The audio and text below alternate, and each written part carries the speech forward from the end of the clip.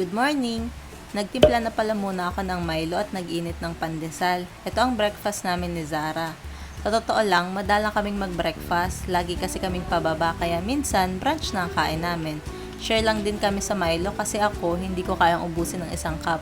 Konting higop lang, okay na ako. After namin kumain, naligo na kami. Then bumaba na kami kasi sabakan ulit sa shop.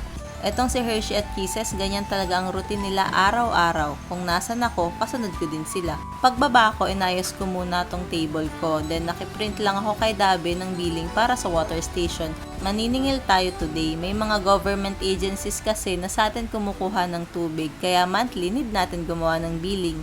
Habang may ginagawa nga ako, may nagpalaminate kay Dabe. Kaya ayan, stop muna ako. Medyo masikip kasi ang ayos ng gamit dito ngayon. Kaya itong cutter at pang-laminate nasa table ko pa. May mga estudyante din na dumating. Yung iba nagpapaprint. Tapos itong kausap ko, bumibili ng subject sticker para daw sa kapatid niya. May nagpa-photo print din ng 2x2 at 1x1. In case na magawi kayo dito sa Kapitolyo at naghahanap kayo ng printing shop, available po dito sa store namin. Hindi ko din namalayan na tanghali na pala kaya bumili muna kami ng ulam dito sa likod. Hindi na kami nakapagluto kasi hindi pa din kami nakakapunta sa palengke. Pero dito sa lugar namin, napakadaming bilihan ng pagkain. Buhay na buhay ang negosyo dito. Pinakain ko na din pala si Hershey at Kisses. Pagkatapos namin kumain, dumating naman tong si Sir. Pero weekly, obligadong umorder. Hindi naman. Kung may bulking stock lang po, halimbawa puro na po ng Ariel, kulang ng Downy. Inalok niya kami na kumuha ng mga products sa company na pinapasukan niya. Dealer daw siya ng sabon like Tide, Ariel at iba pa. Pumayag naman kami kasi why not, 'di ba? Hindi na namin kailangang bumili pa sa bayan once na ubusan kami. Kaya ayan, pinicturean niya yung sari-sari store.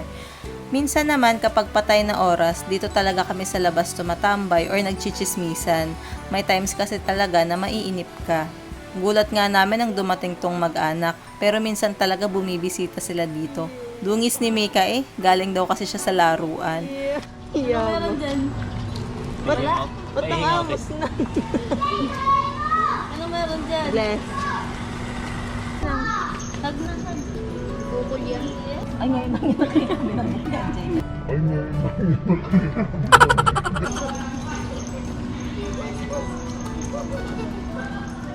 Mga bandang 5 PM, nag-akit ako kay Sarah na bumili ng ulam sa bayan. Nag-crave kasi ako sa isda, kaya bumili kami ng tilapia.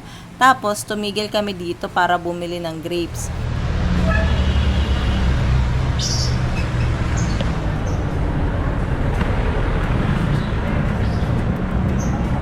Pagka-uwi namin, nagluto na din ako.